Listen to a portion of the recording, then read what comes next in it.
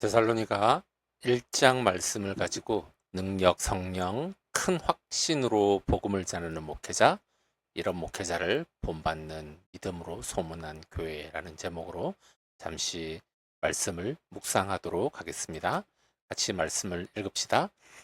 바울과 실로아노와 디모데는 하나님 아버지와 주 예수 그리스도 안에 있는 데살로니가인의 교회에 편지하노니 은혜의 평강이 너희에게 있을지어다. 우리가 너희 모두로 말미암아 항상 하나님께 감사하며 기도할 때에 너희를 기억함은 너희 믿음의 역사와 사랑의 수고와 우리 주 예수 그리스도에 대한 소망의 인내를 우리 하나님 아버지 앞에서 끊임없이 기억함이니 하나님의 사랑하심을 받은 형제들아 너희를 택하심을 아노라. 이는 우리 복음이 너희에게 말로만 이른 것이 아니라 또한 능력과 성령과 큰 확신으로 된 것임이라. 우리가 너희 가운데서 너희를 위하여 어떤 사람이 된 것은 너희가 아는 바와 같으니라. 또 너희는 많은 환난 가운데서 성령의 기쁨으로 말씀을 받아 우리와 주를 본받는 자가 되었으니 그러므로 너희가 마게도냐와 아가야에 있는 모든 믿는 자의 본이 되었느니라. 주의 말씀이 너희에게서로부터 마게도냐와 아가야에만 들릴 뿐 아니라 하나님을 향하는 모든 믿음의 소문이 각처에 퍼졌으므로 우리는 아무 말도 할 것이 없노라. 그들이 우리에 대하여 스스로 말하기를 우리가 어떻게 너희 가운데에 들어갔는지와 너희가 어떻게 우상을 버리고 하나님께로 돌아와서 살아계시고 참되신 하나님을 섬기는지와 또 죽은 자들 가운데서 다시 살리신 그의 아들이 하늘로부터 강림하실 것을 너희가 어떻게 기다리는지를 말하니 이는 장래의 노하심에서 우리를 건지시는 예수시니라. 아멘. 잠시 데살로니가 전서의 배경에 대해서 생각해 보도록 하겠습니다. 이 데살로니가 전서는 바울이 2차 전도 여행 중 고린도에 1년 6개월 정도 머물러서 말씀을 가르쳤거든요. 그때 데살로니가라고 하는 지방에 있는 데살로니가인으로 구성된 교회들에게 쓴 편지입니다. 사도행전을 잘 읽어보면 데살로니가에서 복음을 전하다가 유대인들의 고발 때문에 야반 도주하듯이 급히 베레아로 떠납니다. 새 안식일 동안 회당에서 가르쳤다라고 했는데 새 안식일이니까 한 3주 정도 되겠죠. 회당과 이방인의 집에서 아마 사도 바울이 가르쳤을 것입니다. 3주 동안 집중적으로 하나님의 말씀을 가르쳤는데 길다고 하면 길 것이고 짧다 하면 짧을 것인데 그 짧은 기간 동안 데살로니가인들에게 복음을 전하였는데 그 교회가 너무나도 아름답게 잘 자라고 있는 거예요. 하지만 그럼에도 불구하고 짧은 기간 동안 집중적으로 이렇게 성장하다 보니 우리나라도 압축 성장을 하다 보니 여러 가지 문제점이 있었던 것처럼 데살로니 교회에도 여러 가지 문제가 있었어요. 박해가 있었거든요. 환란이 있었죠. 박해나 환란이 있으면 믿음이 흔들리고 믿음에서 떠나는 성도들이 있잖아요. 종말에 대한 오해가 있었어요. 종말 신앙으로 이 박해와 환란을 견디고 있었는데 이 종말 예수님의 재림에 대한 잘못된 신앙을 가르치는 사람들이 있었어요. 그러다 보니 일부 성도들은 아니 이제 곧 예수님이 오실 텐데 라고 하면서 게으름으로 무질서하게 삶을 살아가는 성도들이 있었어요. 그리고 사도 바울의 지도자됨, 사도 바울의 어떤 사도됨에 대해서, 그의 지도자됨에 대해서 공격하는 그런 외부 사람들도 있었고, 서로 건면하며 돕는 공동체가 너무 절실히 필요했거든요. 그런데 이런 여러 가지 데살로니가 교회 내에 문제들이 있습니다. 그럼에도 불구하고 이 데살로니가 교회를 향한 사도 바울의 마음이 어떠했는지 우리가 점점 사도 데살로니가 전서 후서 말씀을 우리가 앞으로 쭉 읽어보겠지만, 묵상하겠지만, 사도 바울의 마음이 이랬어요. 데살로니가 교회를 생각하면 항상 감사가 넘쳤습니다. 어머니가 자기 자녀를 기르는 그런 마음, 아버지가 자녀를 건면하는 마음, 아버지와 어머니와 같은 애정이 있었고요. 어, 박해와 반란 가운데에 성도들이 흔들릴까봐 늘 염려와 안타까움이 있었어요. 그럼에도 불구하고 그들을 생각할 때 기쁨이 넘쳤고, 어딜 가든지 너무 신앙생활을 잘하는 것 때문에 자랑하고 싶은 그런 마음이 사도 바울 속에 늘 있었습니다. 이런 교회라면 참 좋은 교회가 아닐까라고 우리가 생각할 수 있겠죠. 그리고 사도 바울이 데살로니가 교회를 생각할 때 우리가 읽은 2절 말씀을 보면, 데살로니가 교회를 생각할 때마다 늘 기억한다라고 한 게 뭐였나요? 너희 모두로 말미암아 항상 하나님께 감사. 그리고 또요, 너희 믿음의 역사와 사랑의 수고와 우리 주 예수 그리스도에 대한 소망의 인내가 늘 생각이 났어요. 늘 생각이 났어요. 3절을 보면 믿음의 역사가 뭘까요? 믿음으로 행한 일들이겠죠. 사랑의 수고가 뭘까요? 사랑으로 수고하고 섬기고 봉사하는 것이겠죠. 우리 주 예수 그리스도에 대한 희망을 가지고 인내하는 것. 늘 이 모습이 데살로니가 교회에 하면 사도 바울 머릿속에 늘 떠올랐어요. 그래서 항상 감사가 떠올랐던 그런 데살로니가 교회였습니다. 음, 먼저 이렇게 한번 질문해 보면 어떨까요?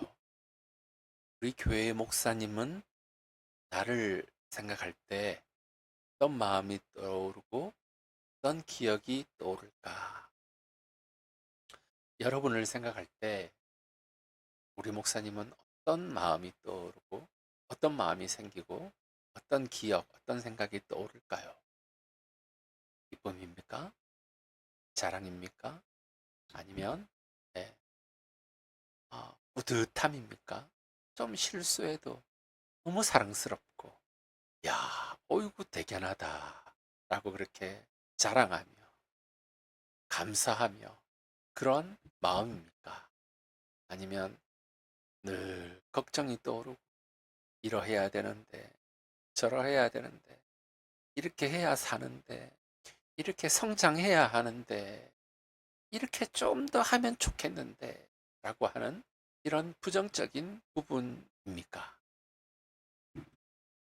여러분, 그리고 두 번째, 목회자를 위해서 기도해 주셔야 합니다. 데살로니가 교회가 이렇게 짧은 기간 동안 아름답게 성장할 수 있었던 사도 바울이 늘 감사하고 자랑거리가 될 수 있었던 무엇일까요? 그것은 바로 5절에 그 근본적인 이유가 있습니다. 읽어볼까요? 이는 우리 복음이 너희에게 말로만 이런 것이 아니라 또한 능력과 성령과 큰 확신으로 된 것임이라. 우리가 너희 가운데서 너희를 위하여 어떤 사람이 된 것은 너희가 아는 바와 같다. 전한 기쁨의 소식이 말로만 전해진 게 아니었어요. 능력으로 전했고 성령으로 전했고 큰 확신으로 전해졌다라는 것입니다. 그리고 두 번째는 데살로니가에서 살 때 어떻게 생활했는지, 사도 바울이 어떤 삶을 살았는지, 그들에게 의지하지 않고 스스로, 예를 들어서 텐트를 지으면서 생활을 하고 아주 검소하게 생활하고 그들의 본이 되도록 그렇게 생활했겠죠. 성도 여러분, 우리가 목회자들을 위해서 기도할 때 이렇게 기도해 주셨으면 좋겠어요. 말씀을 전할 때에 주님, 말로만 전하는 것이 아니라 능력과 성령과 큰 확신으로 전하게 하여 주시옵소서. 그리고 그들이 삶의 본이 되게 하여 주시옵소서. 이런 모습을 데살로니가 교회가 봤어요. 말씀을 전하는데 그냥 말이 아니었어요. 말씀을 전할 때 능력이 나타났어요. 성령의 능력이 나타났어요. 너무나도 큰 확신으로 전했어요. 이 모습을 보고 데살로니가의 성도들이 어떻게 신앙생활을 했는지 많은 환란이 있었습니다. 사도 바울도 고통을 당했던 것처럼 그들의 그 말씀을 듣고 회심한 데살로니가 성도들에게도 큰 혼란이 있었어요. 사회적인 혼란이 있었고, 경제적인 혼란이 있었고, 종교적인 혼란이 있었어요. 그 당시에 이방인들 헬라 사회에서 예수 그리스도를 믿는다라고 하는 건, 예수 그리스도를 주로 섬긴다라고 하는 건 경제적으로, 사회적으로 매장당한다라는 거죠. 그것뿐만 아니었어요.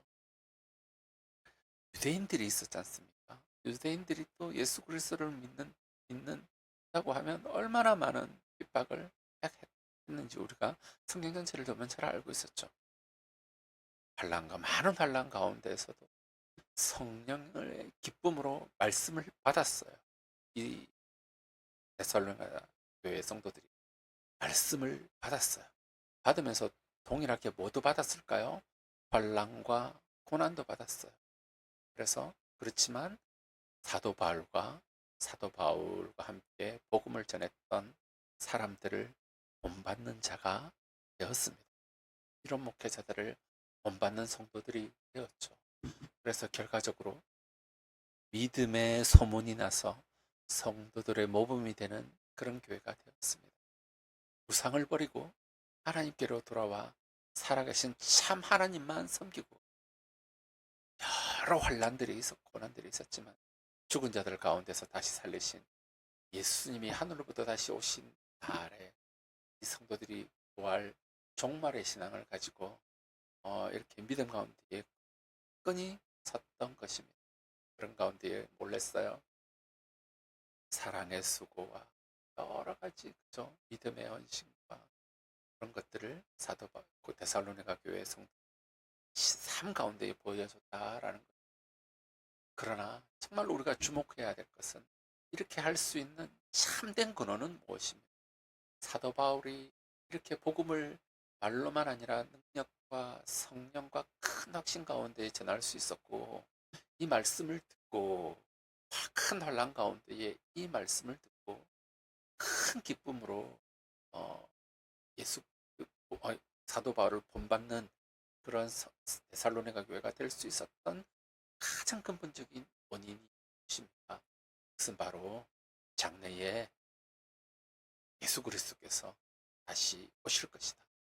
그리고 노하심에서 우리를 건져내실 예수 그리스도가 오신다라고 하는 이 종말 신앙이 있었기 때문에 이 데살로니가 교회가 이렇게 아름답게 자라고 그리고 혼란 가운데에 견고하게 서고 그리고 어려움이 있지만 사도 바울을 본받는 그런 신앙생활을 믿음이 소문이 나는 교회가 될 수 있었던 것이지요. 성도 여러분, 잠시 기도해야 될 제목을 한번 생각해 봅시다. 여러분, 내가 목회자의 감사 기도 제목이 되게 해 주십시오. 기도하십시오. 여러분들이 목회자가 기도할 때, 여러분들을 생각할 때 진심과 걱정보다는 감사기도 제목이 떠오르도록 여러분 그렇게 삶을 사셔야 합니다. 그리고 두 번째, 목회자들이 복음을 말로만 아니라 능력, 성령과 큰 확신으로 전할 수 있게 해달라고 하셔요. 그리고 이런 목회자를 본받는 성도가 되게 하소서. 그런 목회자를 본받는 성도가 되기를 원합니다. 그리고 성도들의 모범이 되는 믿음으로 소문난 이 함께하는 성교회가 되게 하소서. 그리고 우리가 삶 가운데에 우상을 버리고 살아가신 참 하나님만 우리도 섬기고 예수님의 재림을 기다리는 정말 신앙으로 살기를 원합니다. 그 예수님과 오늘 하루 를 합니다. 라고 이렇게 몇 가지 기도 가지고 함께 기도했으면 좋겠고요. 이외에 여기에 보면 나 자신을 위한 개인의 기도 제목, 다른 성도들을 위한 기도 제목, 교회를 위한 기도 제목, 또 하나 마지막으로 나라를 위해서도 기도했으면 좋겠습니다. 여러 가지 정치 지도자가 지혜로운 결정을 해야 될 그런 때에 있습니다. 지혜를 주시고 하나님을 경외하는 마음으로 세상을 사랑하는 마음으로 선택할 수 있는 지혜로운 선택을 할 수 있는 정치 지도자들 그런 마음을 허락하여 주시도록 하며 예수님과 동행하는 오늘 하루가 되기를 예수님의 이름으로 축복합니다. 같이 찬양 들으면서 기도하도록 하겠습니다.